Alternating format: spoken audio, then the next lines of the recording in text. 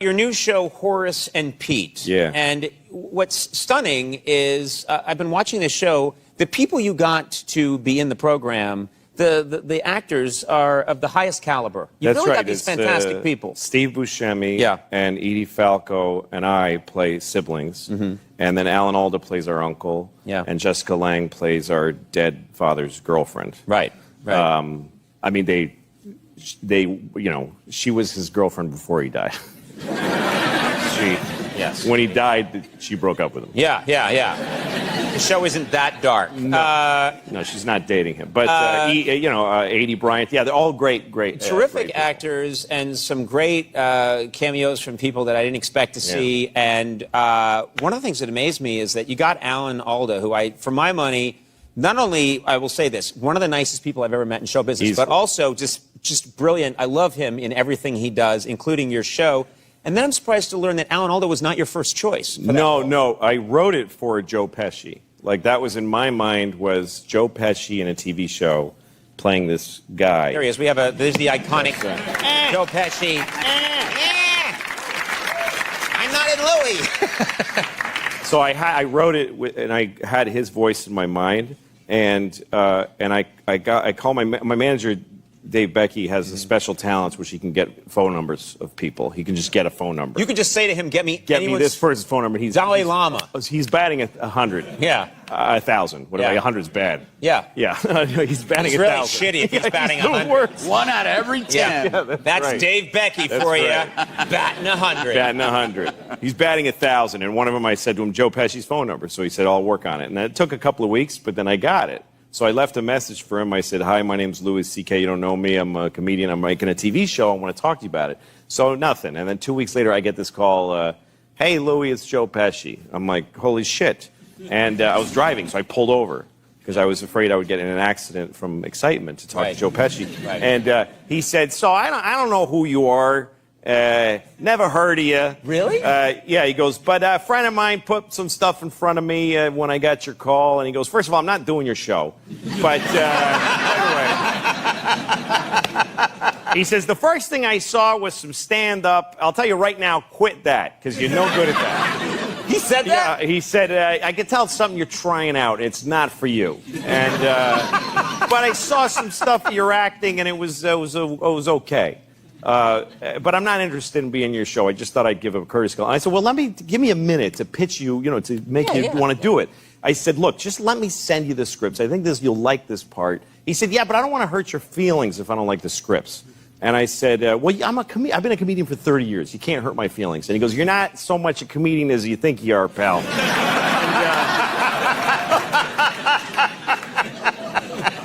He just thinks I suck. Yeah. He thinks I suck. It's his prerogative. But anyway, I went down to his house and met him, and he told me a lot of really harsh things about myself. And but he liked the writing. He turned out to be a very sweet guy, and I got to be pals with him. But he won't be on the show. Yeah. He said I think the show's going to be very successful, so I don't want to do it. That's only because he doesn't really do any. I mean, he's a private guy, and he only does things that he really wants to do. So he just decided not to do it. He chewed on it for a while, and I got to know him, which was a great thing. He's a nice guy. And now we're going to move on to lot 7. Okay, so this is very special. Okay, you get to make your Christmas card photo with Al Pacino. Okay, seriously, this is a real thing. This is a real thing. You can bring your whole family and pose for a picture with Al Pacino, not a cutout. He will be there with you as if he was in your family. And he will be in your Christmas card, probably for the rest of your life. Because what are you going to do with the dog with a hat after that? No, Al Pacino. Jews, we got you covered. We got a background for Jews, the whole... Seriously, he'll do a Jewy card thing. Atheists, if you're an atheist, he will pose for you, and the background will just be a desolate nothing, just sadness and despair. a big piece of concrete. That's the background. No, really, it's real. Point out that the photography will take place on the 21st of October. That's next week during the live airing of Night of Too Many Stars. Yeah, what else do you have? You got something else to do besides posing with Al Pacino? And congratulations. And I can start the Pull video your here. kid out of swimming or whatever that you got him doing and bring them to pose with Al Pacino, who your kids don't know who he is. But you should do this. 11. Come on, this is massively cool. 12. 13. Come on. It's Al Pacino. He'll smile for the picture. 14,000. 15,000. He'll actually smile. And it's against you and against you at the back at 24,000. You get to say whatever you want to Al Pacino. Your daughter gets to say whatever she wants to Al Pacino. Last chance then. Can I bid? Fair warning. Because I never met Al Pacino. Is it against the rules? I'm bidding 25,000. I never met Al Pacino. I'm doing it. 25,000 on me. Come on, take it away from me. Take it away from me. 25 grand. Please take it away from me. 25. Please. Now, I'm selling it to Somebody you, beat sir. me. I don't have that much money. What? I'm selling it to you for 25,000. It's Al Pacino. Jesus Christ, come on. He was in, well, he wasn't in Goodfellas, but he was in The Godfather. All three of them. 25 grand. Seriously. At 25,000. This isn't funny. You all talked about this before. But I have just That's been a lot of money. informed I can sell it to you each for $20,000. You can get it for 20. Is that what you're saying? Yeah, 20. You can get it for 20 if you stand up now, because they'll do more than one. He's not a Where dick. are you? There's one. Thank you. To you for 20. And selling to the two of you for 20 and 25. Thank you very much. That is true. That is very true. Hey, everybody, please welcome the great Jeremy Anton. Oh, no, I'm sorry. The great Al Pacino. Yeah.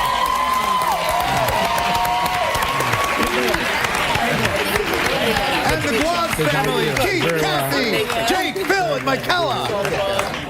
Hey, there, we're going to pose you. We're going to beautiful family portrait here. Hey, wait, watch the coffee. Watch the sorry. No, look what's going on back there. I'm already going to shake.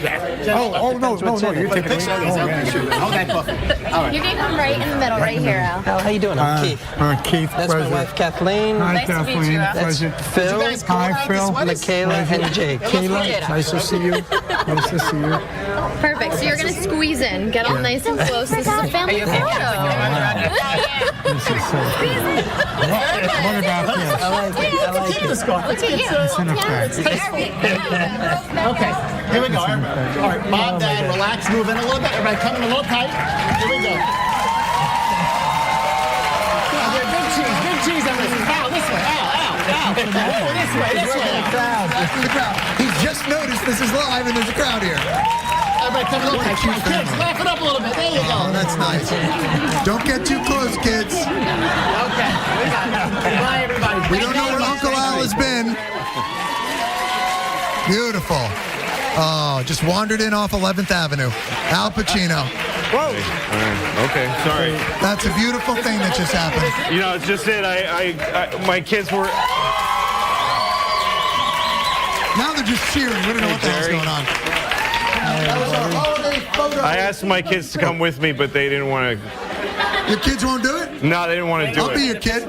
They started crying. I said Hold they had on, to come. I'll be Louis' kid. Here we go. Okay, here, you want to wear the hat? This is brought to us by, here. Here, wear I'll this just get hat. down here. I'll wear this one. All right, I'll wear this one. All right.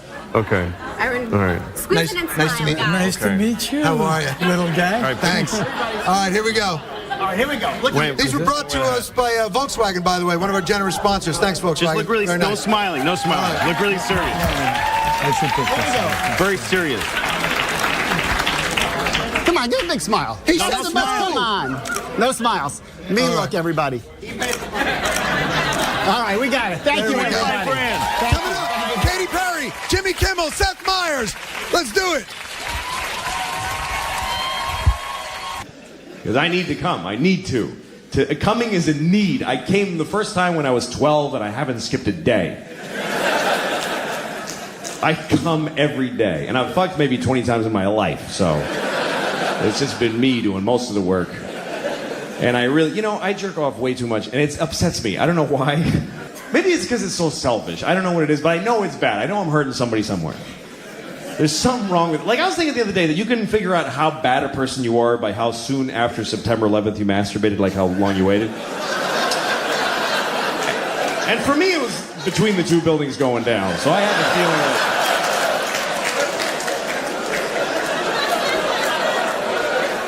I had to do it. I had to, otherwise they win. That's the way I was looking at it at the time. It was a strange time for all of us.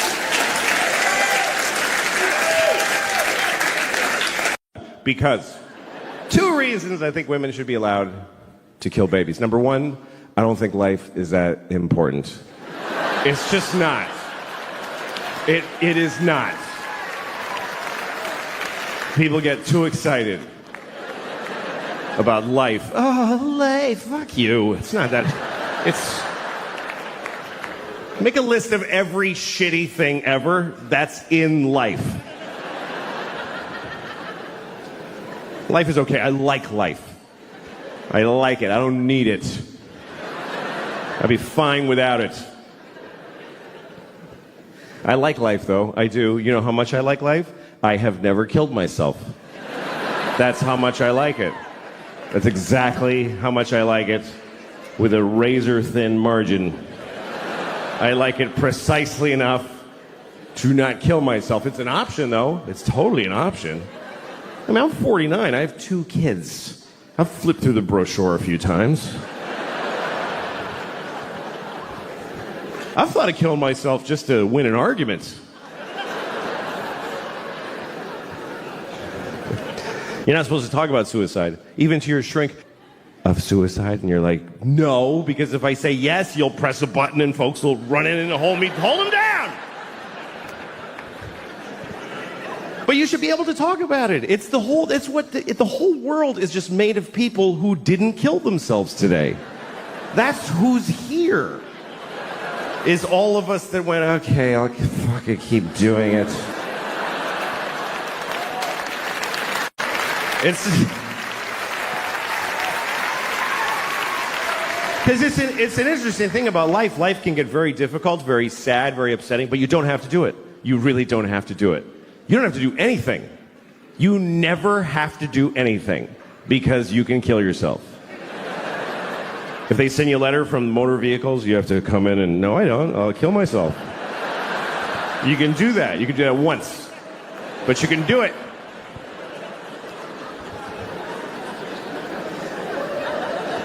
And it's interesting because even when life gets bad, people generally choose it over nothing. Even the worst versions of life, even a shitty, shitty life is worth living, apparently, because folks are living the fuck out of them.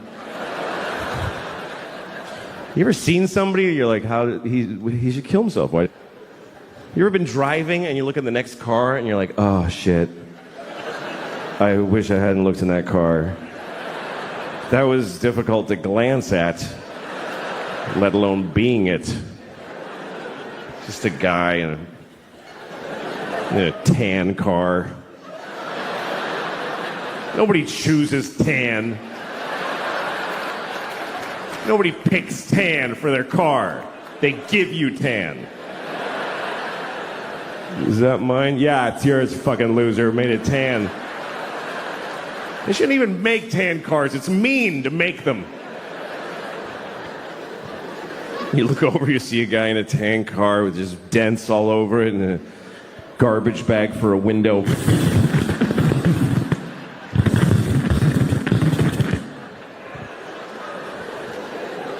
What is holding up his suicide? What is delaying it? What is keeping him from stopping being that? And what would it take? What would it take? What would it take? Both windows are garbage bags?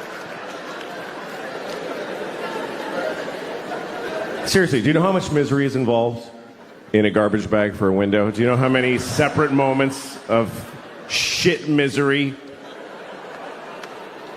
They canceled my insurance, broke my window, duct tape. Here's the truth. Running away will not solve your problems. That's totally true. But killing yourself solves all your problems. It actually does. It even solves world problems. For you. What about ISIS? Kill yourself. Then they'll never get you. Seriously, if everybody who's afraid of ISIS kills themselves right now, then ISIS loses. Because they live in a world of people that don't give a shit. We're gonna cut his head off. Okay. It's not fun now.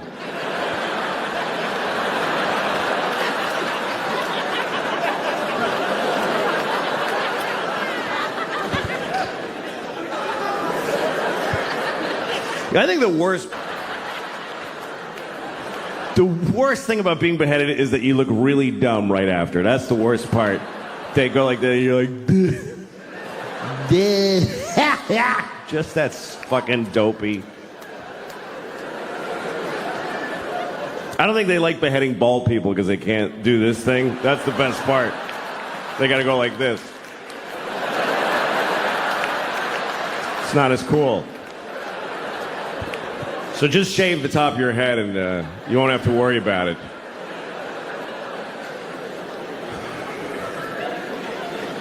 So that's the first reason. That's the first reason I think women should be allowed to kill babies. Because life is not so important. Second reason is because that's their job. Women have to decide who lives and dies. That's because they're the female of the species. In the reproductive arena, that's what the female does. They are the selectors. They have to decide this. We give them this responsibility when we fuck them. We go, here, you decide what to do with this shit. See you later. And she has to figure out if you should have kids, if she should have. That's her job. Because women have judgment. Men have intent. Men just want to spray the world with their cum, just mist. More of me!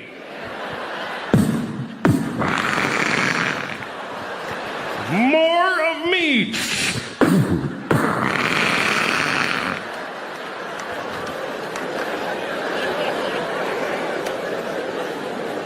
It's her job to go, that's enough of you, I think. No, that's really enough.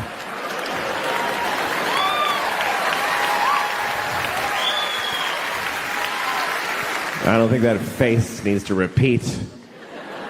I've seen your father, and it's not getting better. And sometimes she doesn't realize this until after you fuck her. That's actually when she really knows, is when you're like, yeah! And she's like, I'm not having this piece of shit's baby. And that's why abortion is the last line of defense against shitty people in the species. So we need them to abort every shitty baby. I mean, all animals do this. Animals do it late. Eat this one.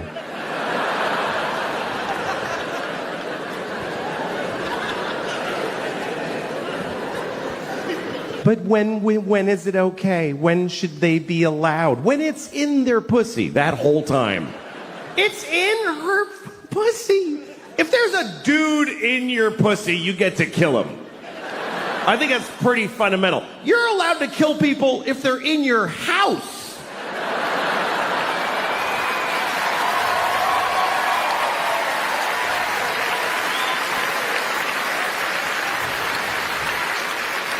I hate the way people talk about their mothers. I was watching a football game one time, and this guy scored a bunch of shit, whatever, and they were excited. So they asked him about it afterwards. And the football player said, my mom died last year, but I know she was watching my game from heaven tonight. And I wanted to be there to say, leave your mother alone. How dare you? She's dead. I mean, when are you done with your fucking kids? When are you finished with your fucking kids? Even after you're dead, you still have to go to their fucking games and shit?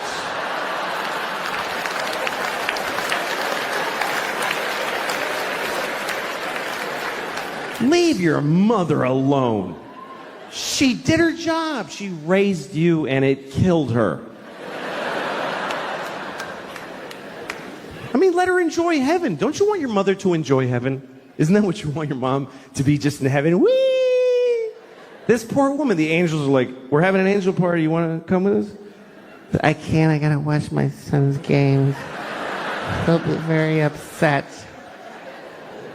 Okay, good. He can't fucking hear me. When people die, it means they did their jobs, and you should forget them. That's what I think. Because it's unfair what we put on dead people. Are you watching over me? Yes, I'm watching all of it.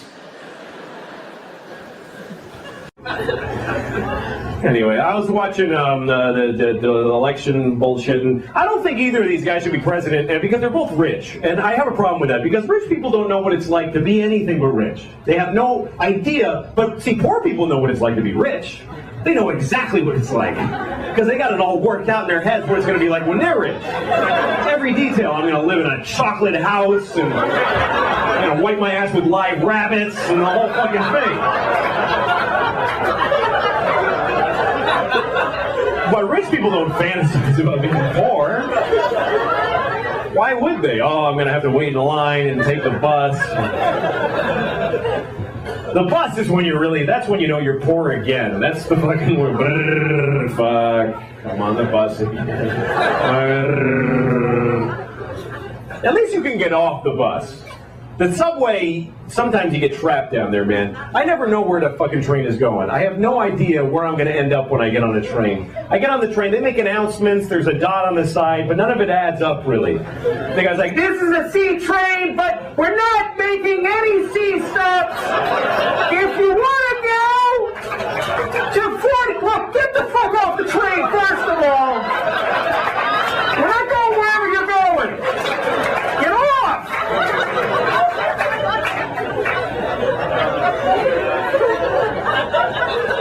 And everybody's like, ah, shit! So you see everybody break out of their trance. You know, they're all sitting there, and I gotta see, oh, fuck, motherfucker! That's where everybody loses it. I actually saw this. There was a guy who's like a priest, like one of these crazy, like homeless priests with a Bible saying, Jesus gave so that we could all have love, and ladies and gentlemen, this train is going out of service. Oh, motherfucking cunt! Jesus Christ! Fucking whore! Fucking bullshit! The worst is when they go express, like on a whim. They just decide, let's not stop anymore. This stopping is no fun. Let's just go until we hit a wall or something. And they tell you as the doors are closing, next stop 205th Street.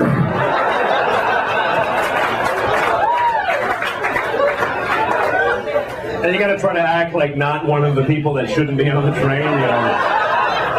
Oh, that's great. It's good. It's good. I want to get there quicker. Yeah, that's right where I'm headed. It's good news. You gotta do that.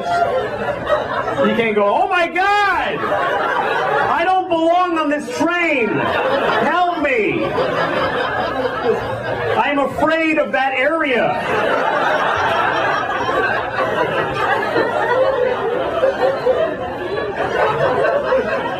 All these other people moving their wallets to the front pockets.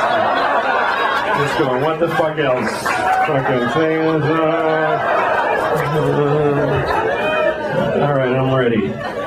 It's a weird fear that, well, white people have. Nobody who's not white is at all afraid. I swear to God. No, I don't know that. But I know that all white people are because it's like an automatic fear. Most white people live in New York all their lives, never go to Harlem, never even see it. It's like a beautiful place, never fucking see it. Because they're certain that as soon as you go to Harlem, someone immediately murders you. Like it's just an automatic, someone just stabs you right in the face the instant you fucking cross 125th Street. Hey, how you doing? There you go. You know, that's all people in Harlem do. They just stand there waiting. They don't have like busy lives or social lives. They just stand there waiting for lost white people to kill when they get there. What's so uptight about race, you know? But one thing you can say racially that nobody ever gets offended is white trash. It's the one term that when you use it, nobody gives a shit. When you say white trash, nobody ever goes like, hey man, come on, why are you gonna talk like that? That's not cool. Nobody defends white trash. You could be talking to the most liberal hippie in the world. Hey, I saw this guy, he was white trash. We'll go, ha, fuck that guy. White trash piece of shit. Those people are hilarious. They're starving to death and live in trailers. Let's go shit right in their faces right now.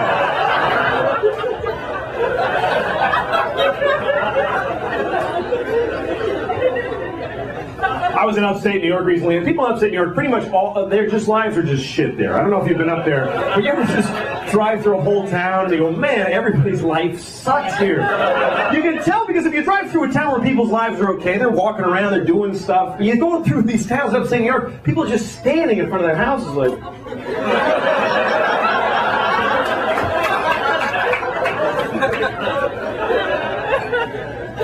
I saw this guy with his sign. I was at a red light in this town in upstate New York, and the sign said, honk if you love America, right? And I'm looking at the guy, and I'm like, who is this guy? What is he doing? He's just standing there. Where the fuck is that's his day? He went out and that's what he decided to do today? What kind of a day is that? And he looks at me and he's like angry because I haven't honked yet. And he's like, come on, honk, motherfucker. And he's like, oh, pissed off. And I decide, you know what? I'm not honking. Fuck him. Fuck him. He doesn't get to decide this rule. Who gave him the right to decide this, that the fucking... Fuck you. What if I go up to him with a t-shirt that says, lick my balls if you love Jesus? Come on, man, you gotta do it! What are you, a Jew? Lick him! Thanks a lot, folks. Good night. Enjoy the rest. Hey, I got a call today. My phone rang and I answered it. I didn't recognize the number. I said hello, and the person said, "Please hold for the president." I was like, "What?" And then a voice comes on. It sounded like the president, and he's like, "Oh, it's President Obama." And I said, "No, that's not you." And he goes, "Yes, it is." And I said, "No, there's no way the president would ever call me." So he goes, "All right, we'll just hang up and call the White House and ask for me and you'll get through it. Maybe they'll convince you." So I said, okay, and I hung up. And I Googled the White House. And I got like the main number and I called and said, "Hi, this guy was calling me. He said he was the president. My name's Louis." And she put me through. So all of a sudden, I'm talking to the president. And I said, "What can I do for you?" And he goes, "I don't know, what's up?" And he said, "Where are you?" I said, "I'm in Phoenix." And he said, "I heard they're all fags there." I know. And I was like, first of all, Phoenix is not known for that. Second of all, who says fags? Like, who says just fags? And then beyond that, how dare you, Mr. President? And he says, "So, go tell everybody who's gonna believe you, you fat douche." And he hung up. I was really surprised.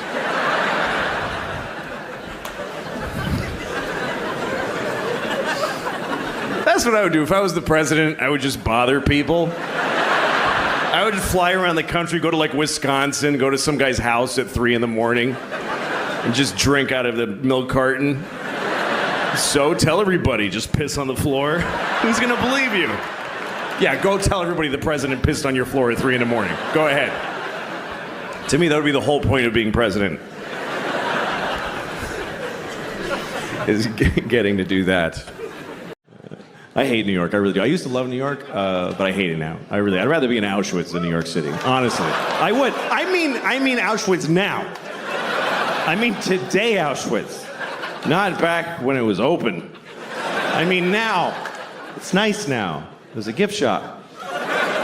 People go there on purpose. They buy tickets. I think that's weird. that people buy tickets to Auschwitz. That's weird. If you could have told those people back then, people are going to buy tickets to come here.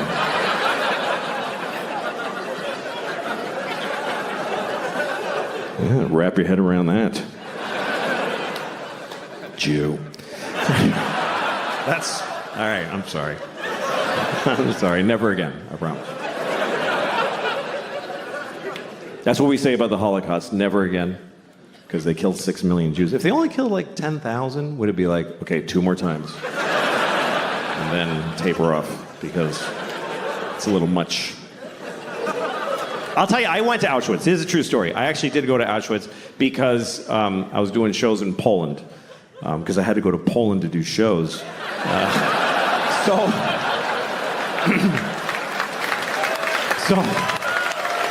I was in Krakow. I was in Krakow, so I went to the camp. And I went there because of a very personal reason, because I had family there. I had a lot of family there. 44 members of my family were in Auschwitz during World War II. I mean, they were guards. They worked there. No. They were Jews and they died. It's okay. Don't be offended. It's true. We lost the whole family there. Everybody, because we were Hungarian Jews. My grandfather, on my father's side, he's the only one who made it. The rest of them, all 44 of them, went to Auschwitz, which I think they really regretted.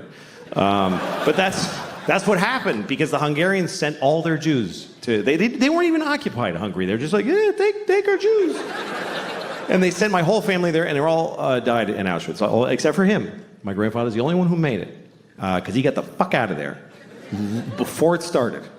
In the late 20s, he fucking smelled that shit, and he got the fuck out. And he went to Mexico. He migrated to Mexico. And we found his immigration card. My uncle and I did the family history, and we found it. It says nationality, Hungarian, and it says religion, Catholic. And there's a picture of him like... He's like, fuck it, they don't know what a Jew looks like in Mexico. That's where I'm going. And that's why I'm alive, because he made that choice. It's also why I'm not Jewish. He was like, Jew schmoo, we're not fucking Jewish. Somos católicas. That was my abuelito. Became a fucking Mexican fast.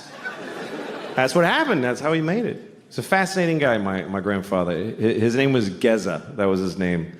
And he had a brother named Geza. It's weird, but I looked it up, and here's what happened. His parents had a baby, and they named it Geza, and it died. The baby died. So they had another one, and they just said, fuck it, Geza, let's just do it again.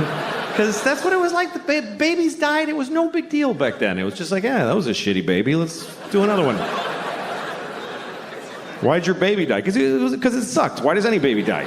At least we found out quick. Fuck it, this one's good. That's what it was like forever until recently. The human race was all the good babies, and the shitty ones, that's just the way it worked. It's not like that now. Now we save every baby. The shittier the baby, the bigger the effort. Because we love it. We love saving the shitty babies. There's always a documentary. Look at this baby. He's a fucking mess. Do you see that shit? We're going to save it. Make it live. And the baby's like, please don't.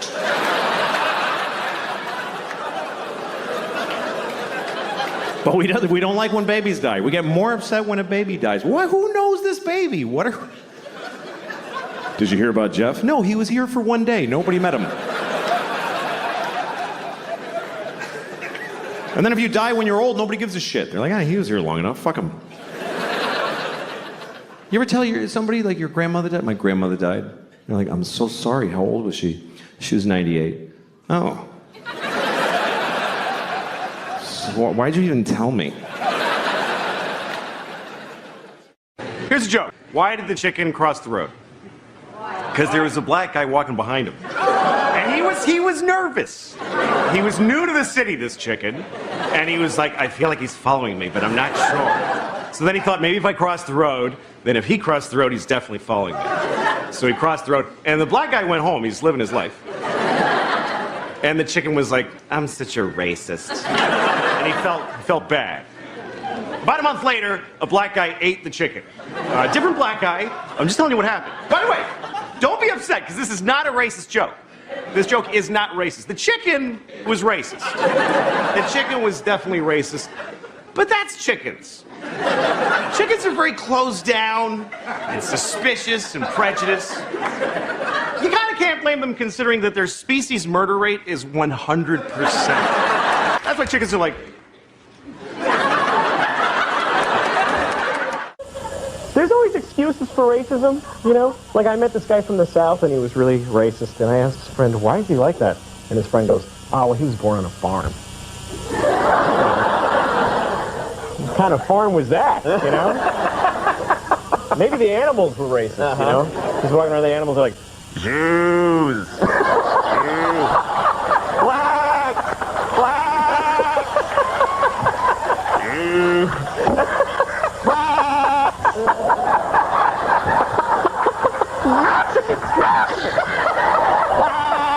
Jews. So I have mild racism. It's benign. It's not aggressive. It's not even negative racism. It's mild racism. I'll give you an example. Okay, like if I go to a pizza place I've never been to before, and it's run by 4 black women, I'll go like, See, it's very mild.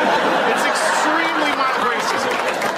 I'll notice that. Yeah. You don't usually see that, 4 black women running a pizza place. Unless it's called 4 Black Girls Pizza or something like that. Like, that's the whole point of the place. Wow. Hey, here's some interesting news about the Jew thing.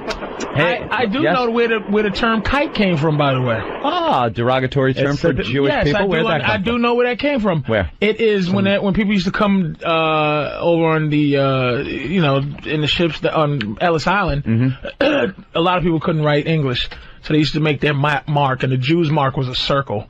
And the circle is called kikel. So that's what they would just shorten it to kike. The guys coming in and say, here's another kike once they've seen the circle. You know where nigger came from originally? There was some black guy being a nigger. So they called him a nigger. Jesus! He was being a real nigger, and somebody said, what a nigger. And that's where it started. It was a feeling. Yeah. Here's another example of mild racism. If I say I'm in a hospital and the doctor comes in to treat me and the doctor's from China or India, I'll think, well, good. Good, more of that. Why not? It's very mild racism. Here's another example. If I'm in a gas station late at night and a young man comes in wearing a hooded sweatshirt, if he's white, I'll think, oh, he's an athlete. If he's black, unless he has a big smile on his face, then I become mildly racist, and this is what I think. I think, that's fine. Everything's fine. Nothing's gonna happen. No, of course I'm fine. Why did I even think that for a second? But people are too afraid of Harlem, you know? Like everybody, when you move to New York, they say, oh, you can't go to Harlem, because as soon as you get there, they kill you. It's just the way. As soon as you arrive, they stab you in the face. You just get murdered, which is stupid. I've been to Harlem, and people there, they have a lot of stuff to do. You know, they're busy. They're not just standing around waiting for lost white people to kill all day. Like they're right outside the subway entrance. Goes, come on, come on. I just want to say I'm not trying to say that if you're white, you can't complain. Right. I'm just saying that if you're black, you get to complain more. Right. Because you can't. There you go. Don't tell the band that. Yeah. Because you can't, that's right. You can't take people's, like, historical context away from them. And everybody wants us to. Like, white people are always like, come on, it wasn't us. Like, they want black people to forget everything. Like, every year, white people add 100 years to how long ago slavery was. I've heard educated white people say slavery was 400 years ago. No, it very wasn't. It was 140 years ago. That's 2 70-year-old ladies living and dying back to back. That's how recently you could buy a guy. That's right.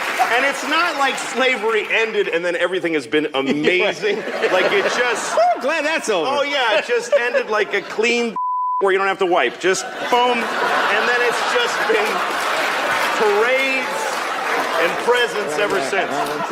You gotta remember that if you meet a black person, they have gray hair, they remember a time they weren't allowed to use a certain toilet. So give them a little, time to be cranky. And by the way, white people have our own thing stuff that we went through that hurt us, that we have to cope with. Like when they took our slaves away, that was really hard for us, and we're still, so it's pretty even.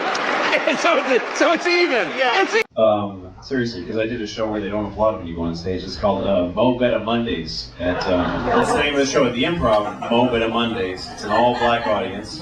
And I had done a show called Chocolate Sundays at the Laugh Factory, which is an all-black audience. And they invited me because they thought I was black because of my name, because I directed Pootie Tang, so people sometimes think I'm black.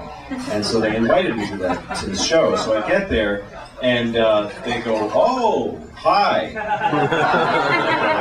I look in the room and I go, "Oh, hi." And then we kind of stand there trying to decide, and I go, "Fuck it, hi." And they go, "Yeah, hi." All right.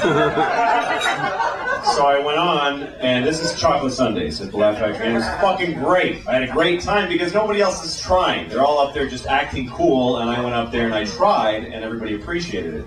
So then, because most comedians don't try. I'm not saying because they were black, but they were all black and unfunny. Every single one of them was black and unfunny. There are far more unfunny white comedians than unfunny black ones. But every single comedian on that show was black and unfunny. Should have been the name of the show, really. But I was white and hilarious. And also, privileged and lucky to be white. Because being white is fucking awesome. It is a very... everybody who's white should just wake up and go, "I'm fucking white! This is great! How easy is this shit? I don't have to fucking explain myself ever. I look people in the eye with confidence. Nobody fucks with me. The police protect me." It's amazing that black people, all they can hope from the cops is that they'll leave them alone. And we actually get to hope that they'll protect us. It's fucking a chasm of difference. And I'm on the greatest side of that chasm. I am on the fucking sweet side of that chasm. I'm very happy. I'm married, and I love my wife. I love her very much. My wife hates me. She fucking hates me. She hates me so much. Like, that's what she does. Like, if you asked her, "What'd you do today?" "I fucking hate that guy. That's what I did today. I hate Louis." She's so mad at me all the time. Here's the latest thing. The other day, she got really mad. She said to me, "You know what you did? You filled the dishwasher with dishes, you put the soap in, and you didn't turn it on." And I'm like, "Oh, shit. What are we going to do now?" But here's the part where she blows my mind. This is amazing when she gets to this level. She says, "Well, why didn't you turn it on?" Like I have a reason for not turning it on. And I'm like, can't I just be stupid? Can't it just be that I'm a fucking idiot? That I filled the dishwasher and then I went, "Boo," and I walked away? I can live with that. I'm cool with that. But she says, "No, why'd you do it?" Which means I decided not to do it. Do you know how much more of an asshole that makes me? That means I filled the dishwasher and then I went, "You know what? Fuck her. I ain't turning it on." She can suck my dick if she thinks I'm pressing that on button. I'll fill it, but I don't fucking press on. Not in my own house. Why would I do that?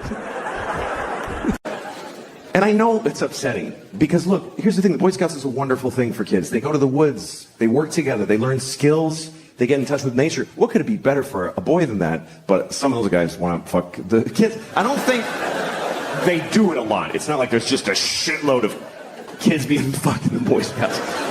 I think it's mostly that they find out that the guy wants to. I don't actually know, though. I don't. Do you know why I don't know? Because I'm afraid to look it up. I'll go to prison for typing it into a Google. How do you solve a problem if you're afraid to fucking look it up? How many Boy Scouts get fucked on a... Oh,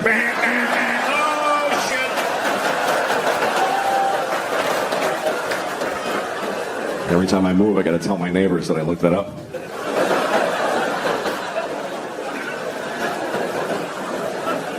here's what happens. Every few years you find out there's some pedophile type people in the Boy Scouts, and then they announce, we got them all.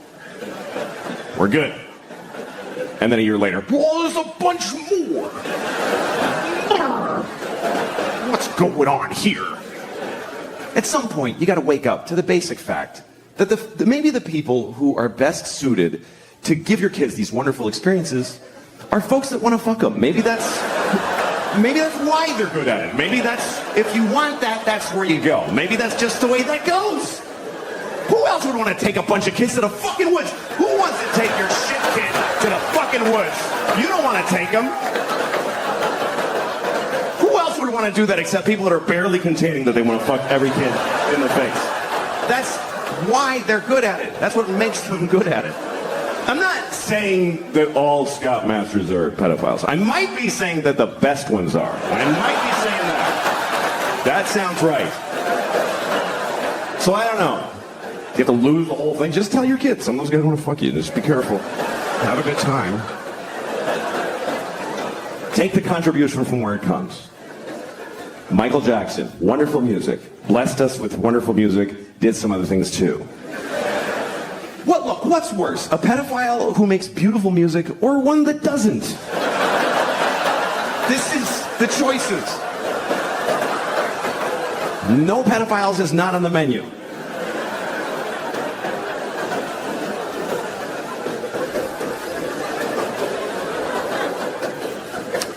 So how have you all been enjoying living the way I already was for a couple of years before it all? Welcome to my life. Can't work, can't go outside, can't show your face, gotta wash your groceries.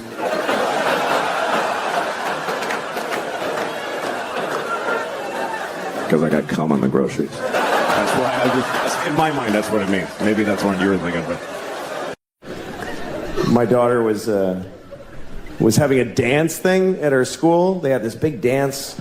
Anyway, we all went, all the parents, and everybody's there, and everybody's got their phone. Every single parent. It was an amazing thing to watch, because kids are dancing, and every parent is standing there like this. Every single person was blocking their vision of their actual child with their phone. And the kids, I went over by the stage, and the kids, there's people holding iPads in front of their faces. It looked like we're all in the witness protection program. Like the kids can't see their parents. And everybody's watching a shitty movie of something that's happening 10 feet. Like, look at your fucking kid. The resolution on the kid is unbelievable. If you just look, it's totally HD. Why are you taping this? You're never gonna watch it. In a million years, you're not gonna watch videos of your kids doing shit you missed the first time it happened. You don't watch it, you just put it on Facebook. Here, you watch it. I want to take a nap now. And then you get to read all the comments. Oh my God! It's so cute!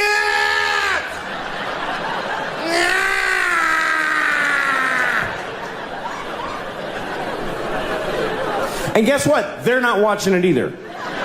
They're not watching the video. These kids are dancing for no one. Nobody watches the videos on your Facebook. They see the first frame of a kid and they go, that's very nice. Okay, back to this.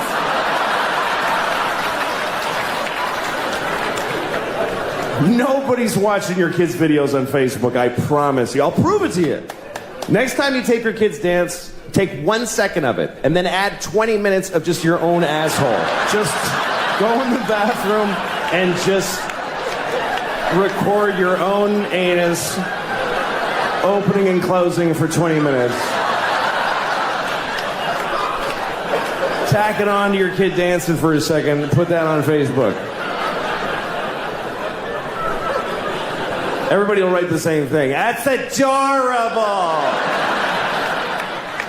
I think I see a future star. But anyway, now I live in a nice building, and I'm not used to it because it's nice.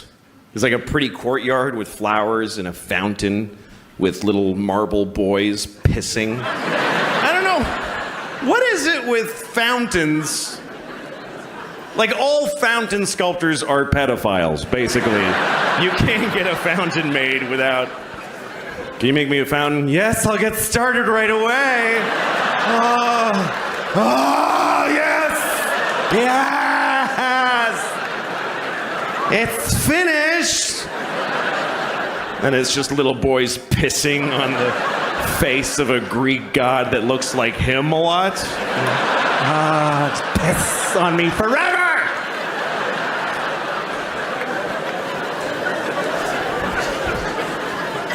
Anyway, there's one of those in the courtyard of my building. And my first week in the building about a year ago, I went down to the courtyard for the first time. And I didn't look too good, you know? It was a Sunday morning. That's my least presentable hour. There's a lot of, just stains, just like, food and me and whatever. And so I'm sitting there. So, shut up. Oh. Anyway, so there I was. I'm sitting on the stone bench of this courtyard and feeling a little out of place. There's these fancy doormen and stuff. And then there's this guy looking at me. I notice he's looking at me from across the courtyard. And he's all spiffy looking. He's got brown shoes and he's looking at me like, I could tell he was thinking I don't live in the building. He thinks I just wandered in off the street and sat in a courtyard. I could tell he's thinking of coming over and dealing with me on his own. And I'm sitting there thinking like, oh, please do that. Yes, please, come on.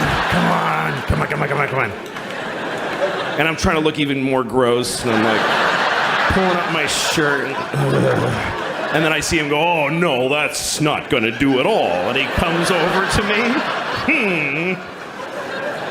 And I'm like, I'm so excited to have this thing. The confrontation where I'm not wrong at all. And he thinks I am. So he comes over, says, excuse me, do you live in this building? And I said, no. Because why not start there? I said, no. He goes, well, then what are you doing here? And I said, I just need to rest. I'm having a hard time.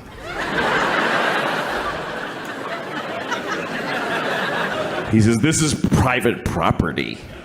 And I said, well, I don't really believe in that. Just the worst things I could say from his point of view is basically all the things I was saying. And he goes, well, if you don't leave, I'm going to talk to the doorman. I was like, can I just stay like 5 more hours? So he's, no. And he goes over to the doorman. And I see him talking about me to the doorman like this. And then I see the doorman going, oh, no, that guy lives here. That's okay.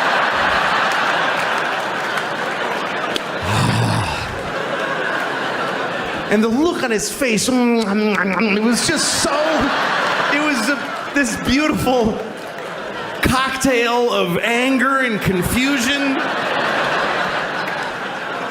It's like I had invented a new way to hurt somebody's feelings. That's how excited I was. He was so angry, he came back. He came back to me. He said, why didn't you tell me that you live here? And I said, because I don't have to tell you anything ever. Right? There are no words that I must say to you.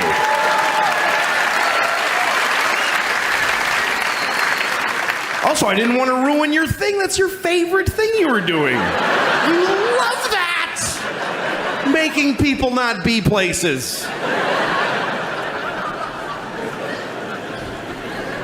Also, I make more than you. I just don't give a shit about myself.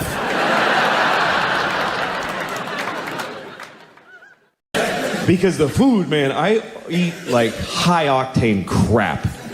Like the other day, I got a Cinnabon. Do you know what a Cinnabon is? Let me explain Cinnabons to those of you with self-respect who just walk right by shit like that and have no idea what dudes like me are eating. Because the line at Cinnabon is not a varied group of people. It's not all kinds of folks trying out a Cinnabon. It's not like there's a skinny Chinese girl and then a little dude. It's just, and no one's happy on the Cinnabon line. No one's like, I love these, I can't wait. No one's excited to get one. It's all dudes like me or fatter standing like, oh, fuck, I'm getting a Cinnabon. Oh, shit. I gotta cancel all that shit I was gonna do, too, because this is gonna be... Here's what a Cinnabon is. Let me explain it to you. It's a 6-foot-high cinnamon swirl cake made for one sad fat man. Even if you have a vagina, you are a man if you're eating a Cinnabon. In that moment, you're a man. It's a sticky, hot bun, and it comes with a little tub of jizzy hot syrup. It's hot cum. There's no way that's not hot cum. How is that not hot cum? They should call it a fat faggot treat, just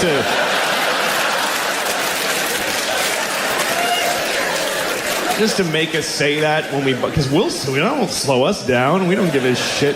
Yeah, give me a fat faggot treat, please. Yeah, with a hot cum. Dude, I don't care. What do you think, I have integrity? I'm buying a Cinnabon right now. I'm buying a Cinnabon at the airport that I arrived at.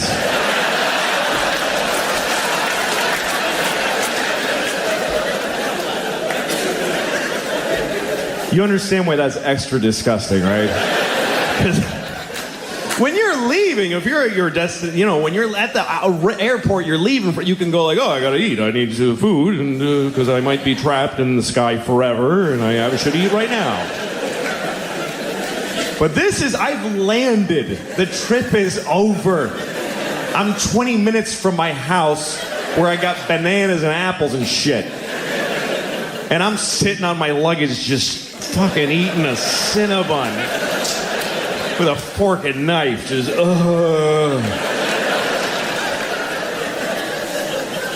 It was a shitty one too. It was old. The dude at the thing, he was about to take it in and close, and I was like, no, give me that now.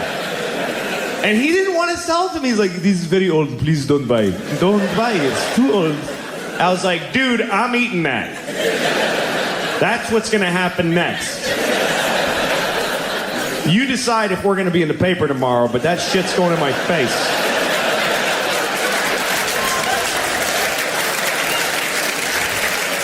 I already made the shitty decision. Don't ruin it. Just give me the jizz. Ooh, yes, thank you, Jim. Just drinking the jizz with my eyes closed. The Cinnabon jizz.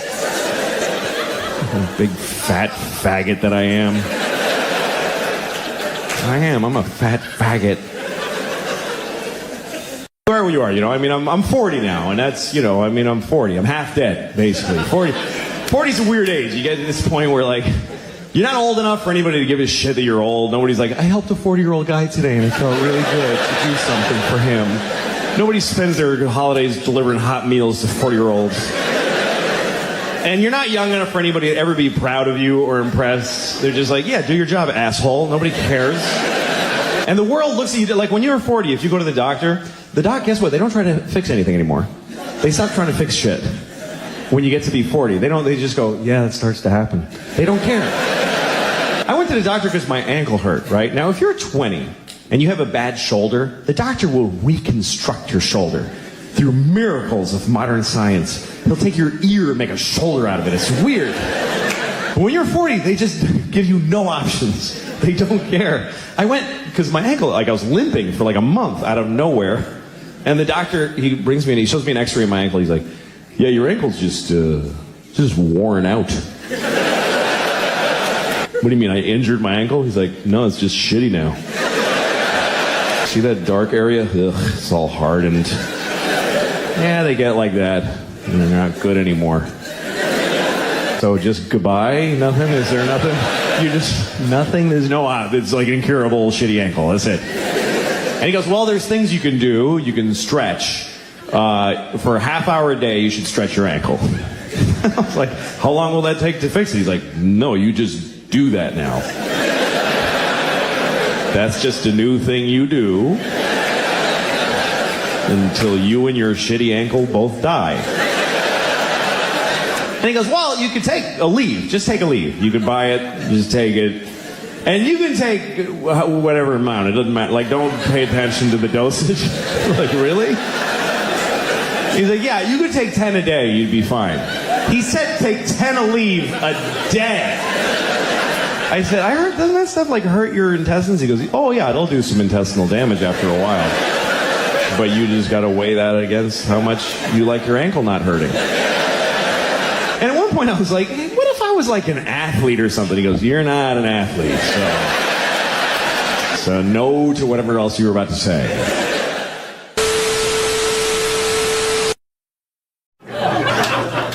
It's not fun to be single at 41. I was married for 10 years. I'm divorced. I got 2 children. It's hard to start again after a marriage. It's hard to really like look at somebody and go, hey, maybe something nice will happen. You just don't. I know too much about life to have any optimism. Because I know even if it's nice, it's going to lead to shit. I know that if you smile at somebody and they smile back, you've just decided that something shitty is going to happen.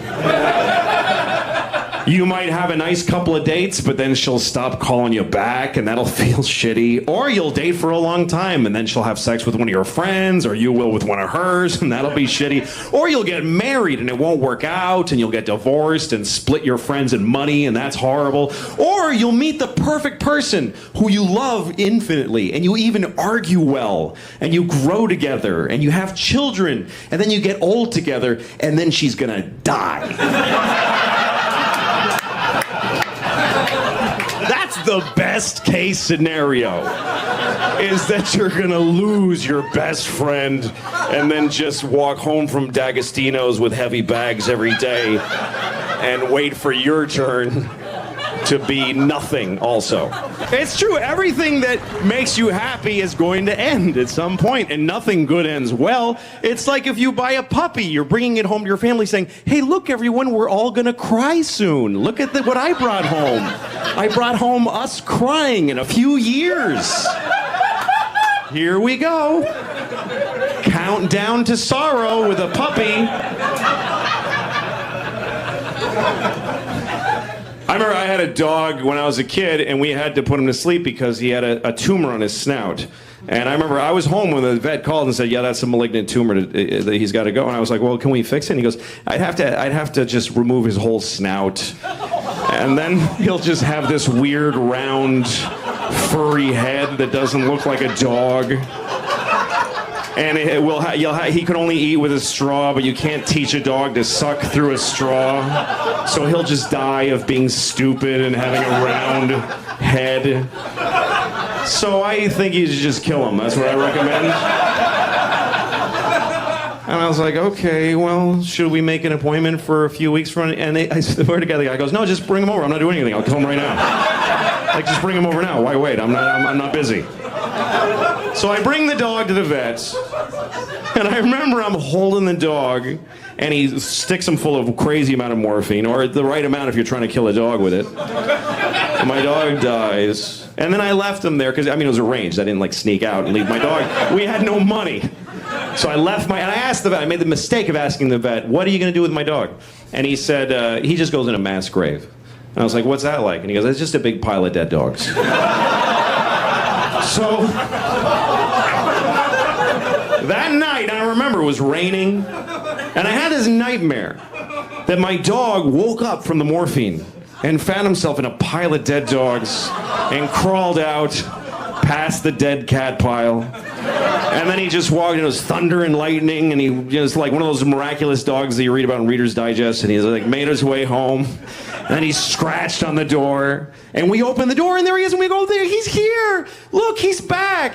And then we realized we just gotta do it again. Gotta take it back. Gotta do it again. Still got a tumor on his snout.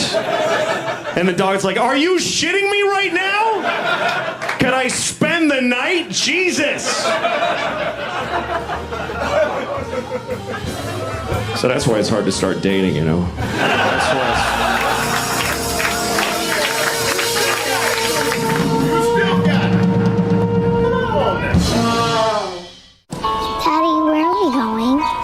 taking you to your mom's house? Yay! Yeah. Daddy, my shoes don't fit anymore. Really? We just got you those. I know.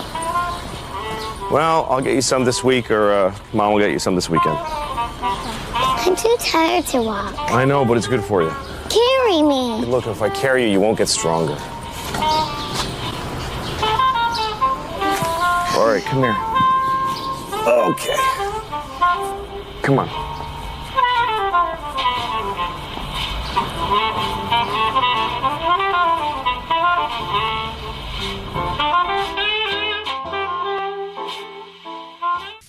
Not only do they talk about you being the undisputed king of comedy, and people love this show, there are these, I mean, yours is deeper and broader. Comparisons to Lenny Bruce, comparisons to Bob Dylan, comparisons to being a sort of philosopher king. Jesus. Do you want to not talk about that because it should be... Where does it come from, and how do you see what you are? I don't know. I mean, I'm just a comedian, you know. I think that's the bedrock of what I am. I do a lot of other things. Yeah. You know, I have a TV show, and I act a little bit. Yeah. But I'm a dad and I'm a comic. That's really mostly what I am. So anything beyond that, I always get a little uncomfortable. I'm good at writing and directing and stuff. I'm good at that stuff. But I think you were doing that before you... Yeah, I've been doing that for a while. Yeah, I love doing those things. I always feel like I'm trying those things, though, even if I'm always feel like I'm just trying that. But it takes a while to make a comedian, doesn't it? Yeah, it takes a long, long time. I mean, to make a really thoroughly good, you know, a ripe, baked, ready for, you know, ready to pull the bottle out of the keg. Time or whatever. Yeah, ready to really actually look at from all angles. What does it take? Living. Yeah, you know, it takes understanding life through living it, and then being on stage an awful lot and not giving up. That's all. It's just, you know. And being prepared to fail. Oh, yeah. That's really the road. Failure is the road to being a great comic, I think. So if you always kind of back away from the tough things and find easy routes, you'll do okay. So failure is what? Not being funny? Yeah, well, not succeeding in the moment. So maybe being funny, but nobody got it or something. Right. If you don't get a laugh, or you have a bad show, or you're starting to feel a little uncomfortable, there's a comfort factor that feels real good, and it's nice to wear it once in a while. But when you stray off the road, you know, it's like if you're on a vacation and you're seeing everything that was sort of laid out for you where everybody else has been. But if you take a road off to the side and you feel a little uncomfortable all of a sudden, you know what I mean? Yeah. There's no obvious tourist things, but you're learning an awful lot all of a sudden. But failure has been a subject of yours too. I mean, not just that failure shapes you, but you talk about failure. Yeah, it's a fascinating thing because most people avoid it. So if you can get to a place where you kind of like it, you know, I mean, you like what you get out of it, then it's new territory, you know. What do you learn as a comedian in that 25 years? You actually cited 25 years. It takes 25 years to make a comedian. What is it you learn? You learn presence. You learn a oneness with an audience. Yeah. You learn a sense of who you are and what your own strengths are. But those are obvious to me, and I'm not a comedian. Yeah, those come pretty quickly, I think. Like a stage presence comes pretty quickly, depending on who you are. How to write jokes and how to generate material and know it's going to work, that sort of comes, you know, first 10 years you're building the skills. Yeah. The basic but the skills are what? Timing, delivery? Yeah, timing and delivery and material, you know. Material that works. Generating the jokes. Because most comedians, you know, you write your own stuff, you come up with your own thing. Connecting with an audience. And then there's all sorts of other things that happen. You know, your best show keeps getting higher and higher. That's the first thing. How good you can do keeps increasing. But then the really important thing is how bad your worst show starts coming up. I think that's for any performer, you know. Your worst show needs to come up close to the best show. So that even on your worst night, you're still... Okay, so in the new season, your best show... the worst show should be much closer to the best show. The margin should be like that. Yeah. That's right. Yeah. So Now, how does that happen? Well, experience. It's just experience. Yeah. It's just you know, there's hardly any situation that I haven't seen. So, you know, when I feel an audience, you know, you get an instinct for things. But did you have the power of observation always? You just had to learn how to shape it and form it. I mean, to see life with a comedic eye. Yeah, I mean, I guess that's just the way I look at things. And I'm very curious. Yeah. So I like to look at a lot of things. So I'm always out there looking at life and thinking about it. So I guess that's just observation. But it's being able to have people understand an observation, even if it's really from a strange place or even if it's very personal. So I guess the thing is, once you get really good at the skills and your bottom comes up. Days that you spend with them. That's really the hardest part. It's just every day that you have them is the hardest part of having kids. It's just every day. It's getting up at 6 o'clock in the morning, which, first of all, I'm not that guy. 6 o'clock in the morning. I have blown off entire careers because of one day I didn't want to get out of bed. Like, oh, I'll just not be that then. I have to, first of all, I got to get them dressed. That's number one, because that's the one that people will notice. That's the only one. If that's the only one that I get done, I'll be okay. Because I can't, if I show up with two naked kids, I'll go to jail. So I have to, but I can not feed them. They're fine. I ate. They're just a little tired. It's fine. And then I got to get them to school, which means walking. The older one goes to kindergarten. It's third grade. Jesus Christ. I just said kindergarten. And she's in third grade. You know what's even worse? She's not. She's in the second grade.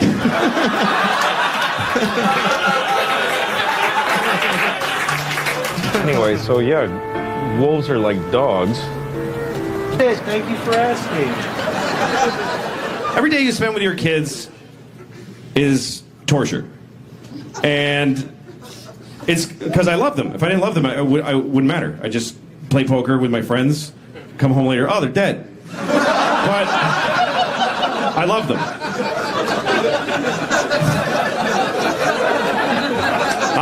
I wiped my daughter's ass for the last time on May 13th of 2008. And I remember this moment because it was a big moment in my life. Because when you have children, they start as babies and they shit all over the place. But then finally they can use the toilet, but they can't wipe their ass. So you have to wipe their ass. That's the last thing you do for your kid. It's like an intimate bathroom thing, is wipe their ass. And one day it stops. And I remember the day. I said the date, but I don't remember it now because I'm lying.